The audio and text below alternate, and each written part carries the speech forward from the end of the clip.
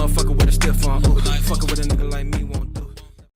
Hey everybody, it's Yield here, and we are back with episode 3 of Malo-Monaco. This episode is one of my favorite episodes because we get to expand off of the waterfront and move on into like the city. But this episode, we are increasing the density of that left bigger plot next to the water. We're going to be increasing the density. I want to go ahead and start building more skyscrapers. Well, not skyscrapers, but like higher density buildings. Because downtown, I feel like like I kept it relatively small. I didn't want it to be as small as it is. Like I want it to be a relatively mid-sized city. So I want to go ahead and increase the density some. All right, let's get started. So, gotta delete the trees because for some reason, like every time I move a building, some trees spawn. That really gets on my nerves. But we're gonna be putting some townhomes in that smaller area there, while we're also gonna be expanding the shop, like the strip, because I want some shops there, some houses, some apartments. But I kind of like I didn't know exactly how I wanted it to look per se, but like I wanted to increase the density towards downtown, if that makes sense. Like the buildings I want to use a lot of like mixed use, but I still want to use a lot of townhouses too. Cause like, it's still next to the school. I still feel like families would live near that area. And plus there's a train station. Well, not a train station, subway station, like right behind it.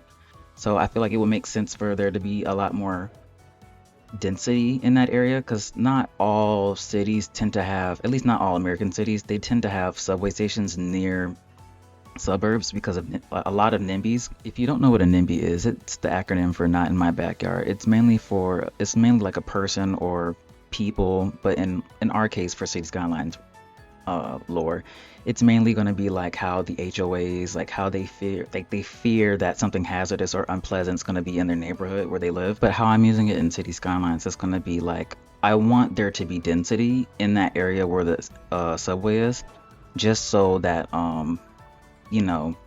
the HOA folks in the next episode, because we're going to be building some suburbs in the next episode. I know I'm spoiling, but I can't help myself. But in the next episode, we're going to be building up the suburbs, and I fear that they don't want that, like the stigma of living next to a subway can bring. But that's besides the point. Let me talk about the build a little bit more. I really like how I was able to put that parking deck, that like 2-story parking deck there. It fits so well in the area, and especially towards the end. And we are starting to work on these newer development homes. Like they're, like how some areas will just probably bulldoze an older building just to put something new there. And you can tell that they're just going to charge absorbent amounts of money for that area. But moving on, I'm so happy I was able to find a building that fit within that footprint. But now I do like the appeal that this area gives because you get the option to live in like a newer build if that's what you're into, but you also have the option to live in an older build if that's, if that's more your speed. I mean, in my opinion, I like older buildings anyways. I can't hate on the newer buildings because they be looking good too, but I just love older buildings, especially depending on the area that you live in. You most likely get like a lot more charm in the building as well. But that's besides the point. I'm getting off track. But I did move the subway just a little bit so I could add some stores there. I didn't know what store I wanted to add there because I used that building a lot, and I was trying to like be a little bit different, and I wanted to use something that I don't use as often. So I looked for something different, and I found this, like, it looked like a convenience store to me, but I was able to add some parking lot on the sides. That was like the first time I ever used those parking decals. The best decision I've ever made, because I start using them a lot more often. But I wanted to really, I wanted to also expand the footprint of the subway. It's the focal point of that area because it's how people get around the city, or at least get around in the area. But this next building here, I wanted that old like supermarket look in that corner because it gives like an older Kroger or older Publix, depending on where y'all live, like Ingles and stuff like that. Ingles is old school because I haven't seen an Ingles in so long. As we're getting towards the end of the video, we're starting to do the detailing, adding the trees and all the plants and stuff.